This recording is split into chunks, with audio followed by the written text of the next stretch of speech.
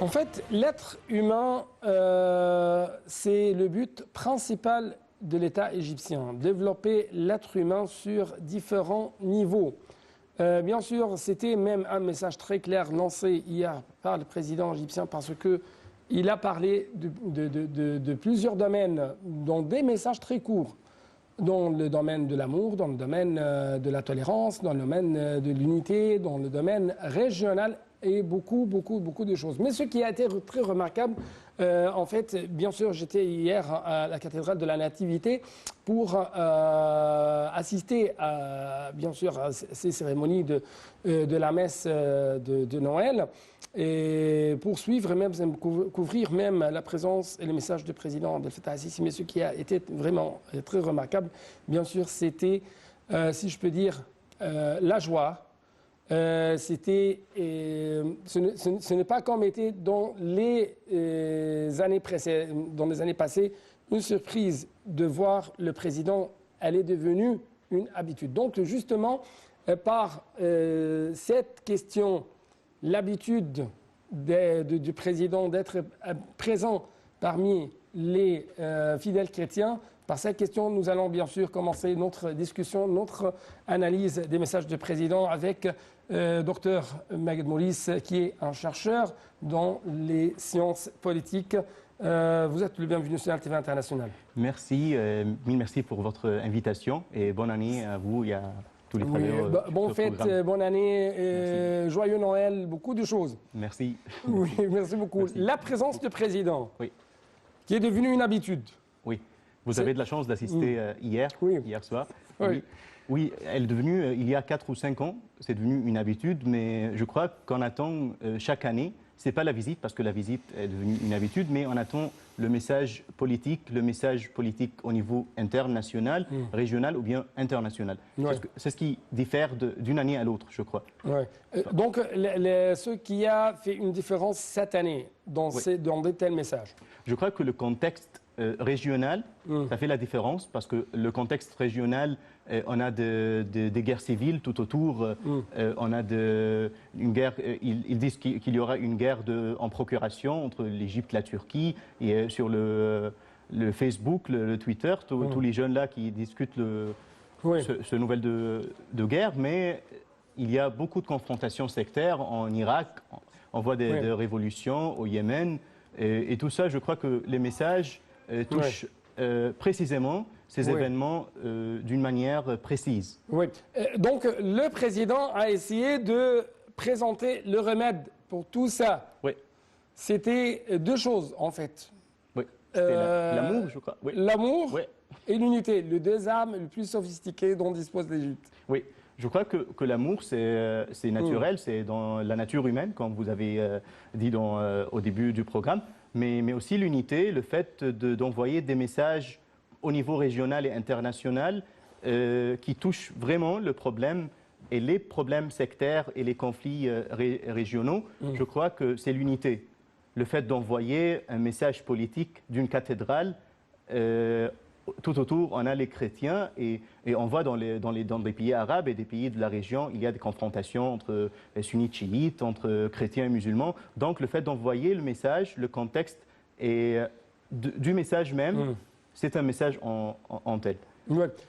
Bien sûr, et le président a dit même que si vous êtes sincère dans votre adoration à Dieu, envers Dieu, si vous aimez bien Dieu, qu'il soit glorifié, donc vous devez vous aimer. Oui, et vous aimer la nation.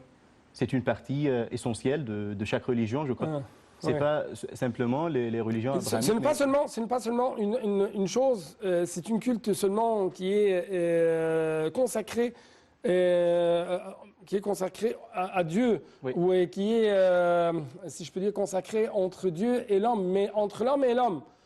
C'est un autre message d'expliquer que les cultes doivent être, bien sûr, reflétés sur les attitudes. Oui, les attitudes, c'est la base du christianisme, de l'islam et même du judaïsme. On a les 3 religions qui insistent sur ça, sur la relation homme et homme. Ce n'est pas seulement une relation privée et entre l'homme, c'est une relation divine entre l'homme et Dieu, mais en fait, ça doit être reflété.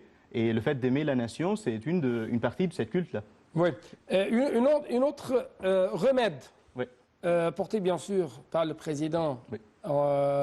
pour résoudre tous les conflits, toutes les choses, c'est bien sûr la notion et la pratique de la citoyenneté.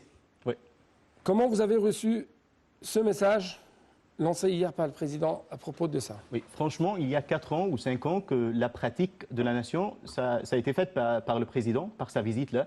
Parce que la citoyenneté, il y a 30 ou 40 ans qu'on parle de la citoyenneté et on doit appliquer cette citoyenneté en Égypte. Musulmans, chrétiens, ils sont ce sont les deux éléments de la nation. Et en fait, je crois que ça a été pour 40 ans, elle avait une connotation un peu négative, le fait d'avoir deux éléments de la nation. Il n'y a pas deux éléments de la nation, il y a un seul élément, c'est le citoyen égyptien. Et toujours quand on parle... Oui, quand on parle, donc le président a parlé de la relation entre l'homme et l'homme, oui. entre l'homme et Dieu, oui. et cette fois-ci dans ce troisième message, entre l'homme... Oui. Non, entre l'homme et l'État, oui. en ce qui concerne la citoyenneté.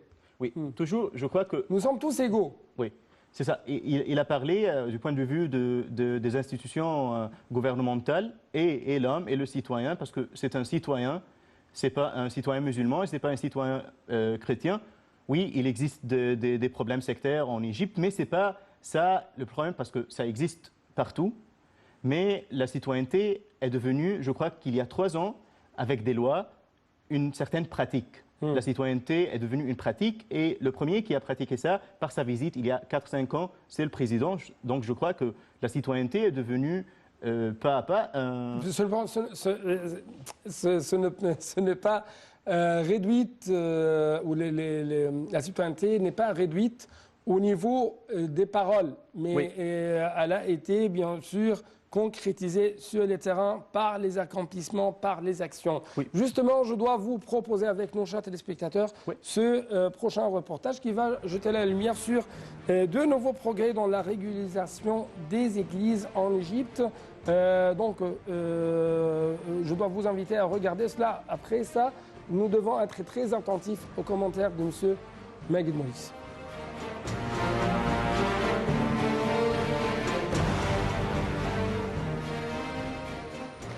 62 édifices chrétiens dépourvus de statut juridique ont été tout récemment reconnus par les autorités égyptiennes, faisant ainsi monter à 1171 le nombre de lieux de culte chrétiens répondant aux critères nécessaires à leur légalisation rétroactive, faute d'avoir eu dans le passé de permis de construire.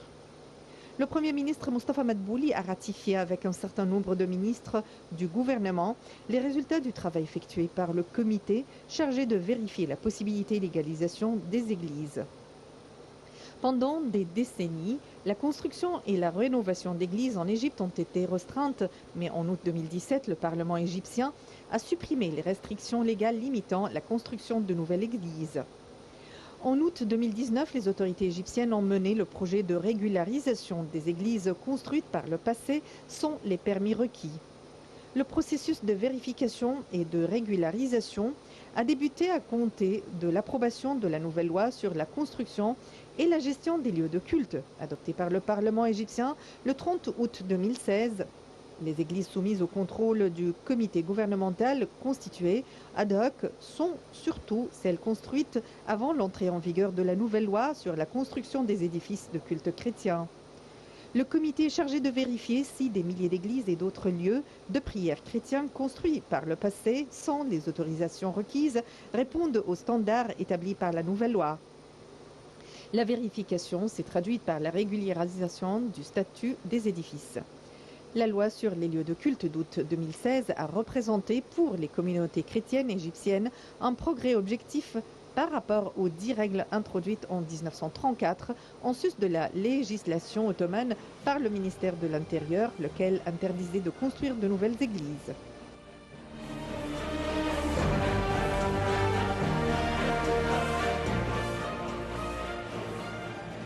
Donc, comme vous venez de regarder, chers téléspectateurs, le comité gouvernemental chargé de soumettre les églises au contrôle prévu a confirmé avoir vérifié la conformité de 62 autres églises coptes aux critères nécessaires à leur légalisation. Donc, c'est une bonne nouvelle, n'est-ce pas ? Oui, c'est une bonne nouvelle et ça continue cette idée, ce concept de citoyenneté en pratique.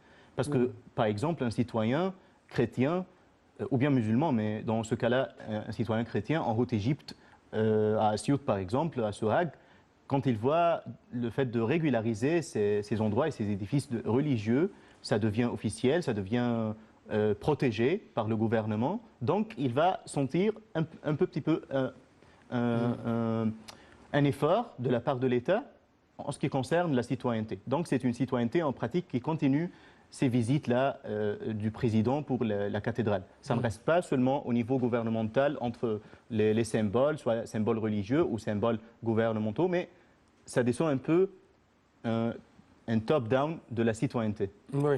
Et donc, les pratiques, ce qui compte pour le citoyen, c'est les pratiques. Ce n'est pas seulement les paroles Oui.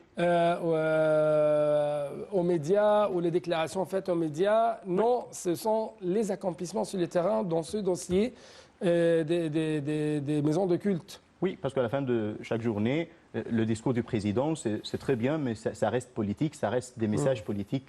Le discours même du patriarche, ça reste politique, ça reste un peu religieux. Un discours de 3 minutes, mais le fait de vivre, d'aller pour pratiquer les cultes, c'est ce qui fait la différence, je crois, tout autour du monde. Ce n'est pas seulement pour un chrétien, un musulman, mais c'est partout au monde. Oui.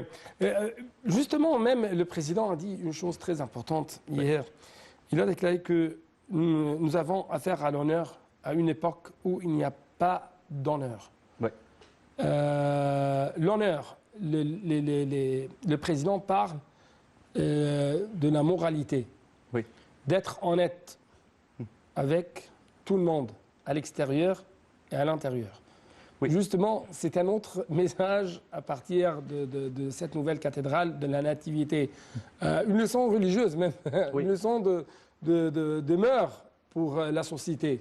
Oui, toujours on parle de la politique, c'est un domaine où il n'y a pas de moralité, où il n'y a pas de leçons morales, mais parfois on doit avoir quelques parties ou quelques dimensions morales quand on parle de la politique. Ce n'est pas la politique au niveau international ou relations internationales, parce que partout il y a des intérêts de chaque État qu'il doit lutter pour avoir ces intérêts-là. Mais ça reste la moralité une dimension très importante au niveau interne. Quand on parle au niveau interne qu'on doit avoir une certaine transparence, c'est une des dimensions de moralité pour la politique. Oui. Donc, encore une fois, je dois reprendre cette notion. Le président a ajouté que l'Égypte, c'est notre pays tous. Oui. Il nous appartient tous, ajoutant qu'il faut faire attention à toute tentative de sédition. Oui. Donc, toujours, les paroles n'ont pas les limites d'être des déclarations faites à la consommation, si nous pouvons dire à la consommation locale. Oui. Mais c'est toujours les pratiques. Oui, donc quand on dit ça, par exemple, parce que nous sommes c'est l'unité, ou bien quand on appelle dans la politique l'unité sacrée au moment des guerres, par exemple, je crois que ce n'est pas une guerre contre le terrorisme seulement, mais on vit dans un contexte de guerre. Oui. Intellectuellement, médiatiquement, oui, psychologiquement, oui. Religieusement même. Oui, c'est une guerre, on peut dire une guerre globale. Ce n'est pas contre l'Égypte, mais c'est une guerre, c'est un contexte de guerre régional. Donc... Et civilisationnel même, oui. Parce que si nous devons reprendre le message fort oui. Présenté, et bien sûr par le Forum mondial de la jeunesse, on va trouver que l'Égypte essaye à chaque opportunité, à chaque moment, de présenter que nous sommes, en fin du compte, des êtres humains. Nous sommes oui. Unis. Et il n'y a pas une sorte de pensée, de choc entre les civilisations. Oui. Ce sont des pensées extrémistes. Oui. Mais nous, on essaye de poser une autre vision. Oui. Être ensemble, c'est une situation de gagnant-gagnant. Oui, toujours, je vois, à mon avis, que la globalisation, c'est une guerre entre les civilisations. Mais ce n'est pas une guerre... qu'on doit lutter contre l'autre, ce n'est pas un ennemi, mais c'est une guerre. Donc, on vit dans un contexte de guerre, ce n'est pas simplement au niveau de l'armée, au niveau militaire, au niveau religieux, chiite, sunnite, mais on vit dans un contexte, je crois, changeable. Et donc, quand on dit qu'il existe une unité, c'est notre arme, c'est notre première arme. Donc, le président a raison parce que l'unité, ce n'est pas simplement de l'unité d'oublier mes droits, mais l'unité, c'est d'être un citoyen et de pratiquer la citoyenneté. Et de soutenir même l'État, parce que parmi les messages adressés hier par le président, c'est, par exemple, il a dit qu'il nous faut permettre à personne de faire de discorde entre nous. Entre nous, non seulement entre les citoyens, mais entre les citoyens et l'État. Oui. Parce qu'il y a ce qu'on appelle des tentatives pour couper ou séparer la tête du corps. Oui. Toujours, il y a une confusion pour les citoyens entre le fait de soutenir l'État et soutenir le gouvernement. Peut-être il y a des décisions du gouvernement sur lesquelles on est d'accord, d'autres non, mais à la fin, un citoyen égyptien, il soutient l'État égyptien. Si quelqu'un ne soutient pas l'État égyptien, donc sa citoyenneté, donc je ne sais pas, mais le fait d'être citoyen et ce concept de citoyenneté égyptienne, donc je soutiens l'État égyptien. Le fait de soutenir un gouvernement et un autre non, ça va et ça marche tout autour du monde. Mais le fait de trouver un Américain qui soutient l'État américain, je crois que c'est indispensable. Nous pouvons reprendre deux paroles très importantes lancées par, premièrement, le pape Tewodros II. Oui. Il est préférable d'avoir une patrie sans église, sans cathédrale, oui. Au lieu d'avoir une église sans patrie. Sans patrie, oui. Et c'est ça, les cas aujourd'hui, les choses aujourd'hui, sans patrie, sans pays, Non. Oui. pas de religion, pas de vie. Oui, et pas de culte. On a vu ça en Irak, oui, avec Daesh. Quand on a vu l'invasion de Daesh en Irak et dans quelques parties en Syrie, on trouve les églises là, les prêtres qui ont été tués, massacrés. Donc c'est vrai que n'importe quel citoyen égyptien, tout autour du monde, si un citoyen égyptien vit aux États-Unis, il va soutenir l'État égyptien, parce que l'État égyptien, c'est notre État et ça dure à l'éternel. Oui, donc... et même le pape Tewodros a dit, il y a presque 3 ou 4 ans, oui. Si nous n'allons pas avoir des églises, alors nous allons prier dans les mosquées.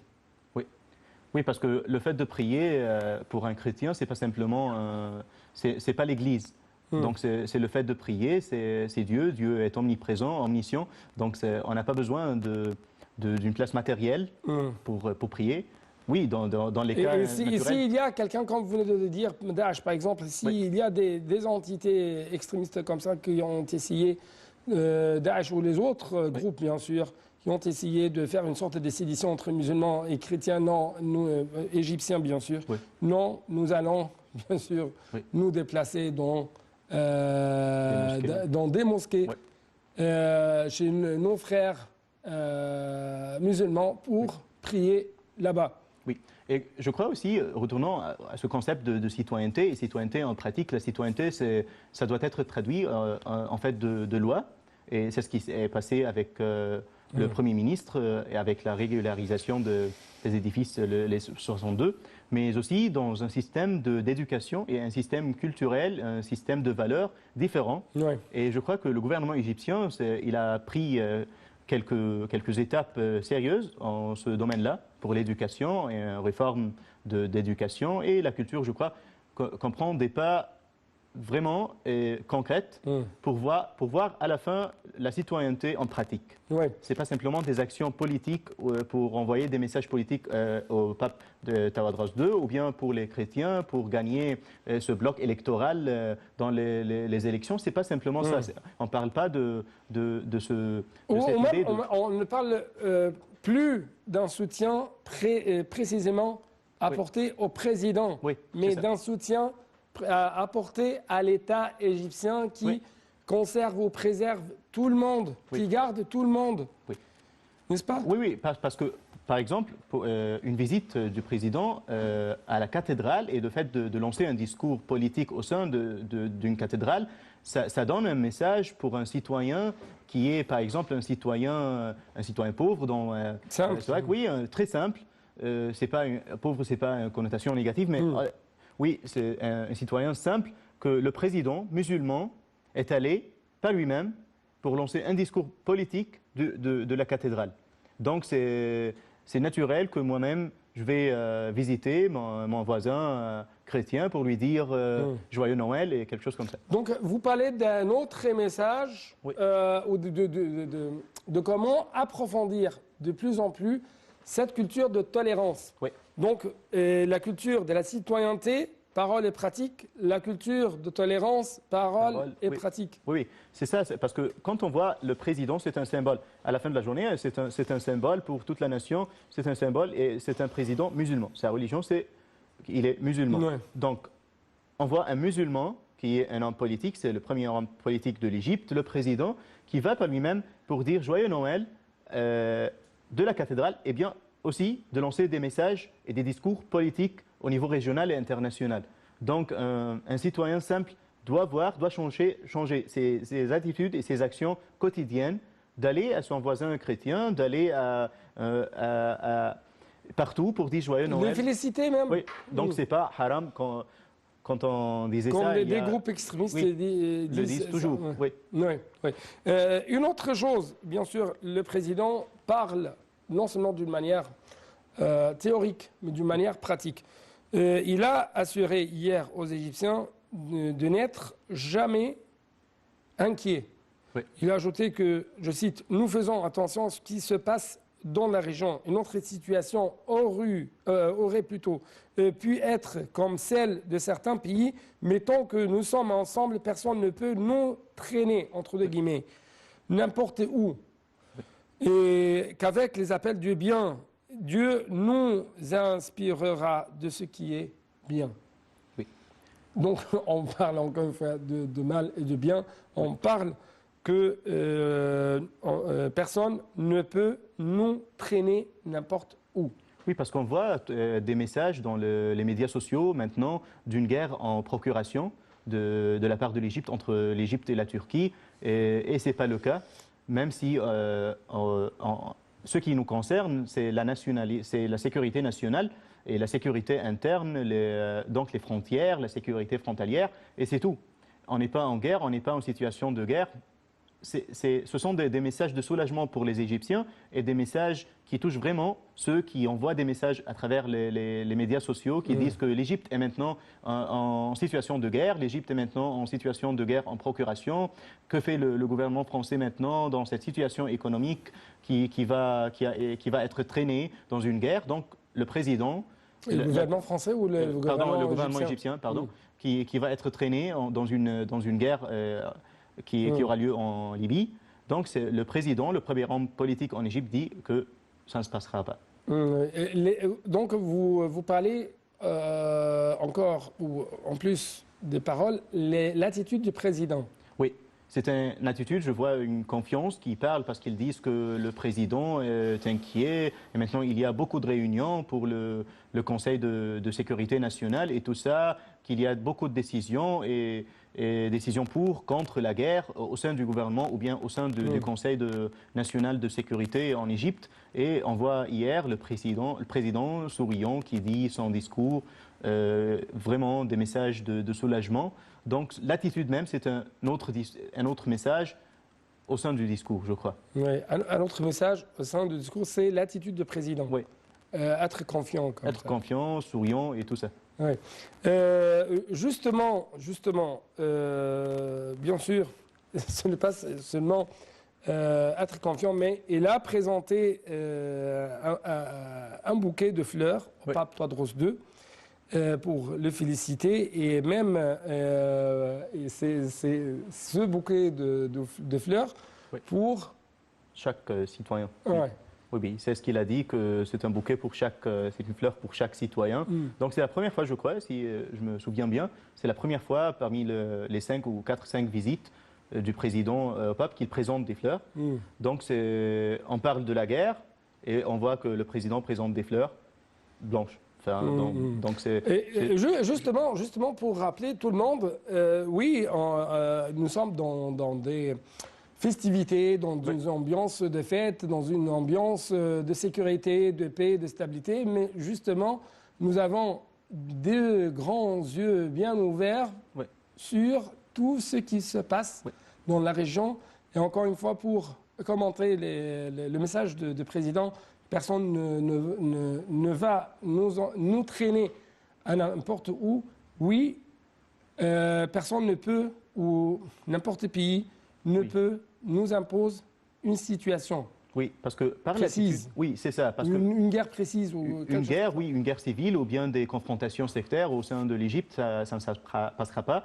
Mais parce que le président et le pape, dans cette scène-là, ils présentent la situation idéale pour d'autres pays. Par exemple, pour l'Irak, pour la Syrie et tout ça, le président Al-Sisi, il présente une scène idéale pour eux en présentant, il y a ici des formations des ghettos chiites, des ghettos sunnites, des confrontations sectaires dans d'autres pays. Mais voici, en Égypte, le président musulman présente un bouquet de fleurs au pape chrétien au sein de la cathédrale après un discours court, politique, avec des messages de soulagement. Oui, et bien sûr, pour clôturer, je crois vraiment, en tant qu'un journaliste, que l'Égypte devient de plus en plus un oasis d'unité, de tolérance, d'amour, dans une région, et si je peux dire, où se trouvent des gens qui veulent beaucoup de troubles dans cette partie du monde. Je dois vous remercier infiniment. Merci à vous. Merci pour cette invitation. J'étais ravi d'être avec vous et parmi vous. C'est toujours un plaisir. Merci beaucoup. Merci à vous. Bonne fête. Bonne année. Bonne fête et bonne année à tout le monde. Au revoir.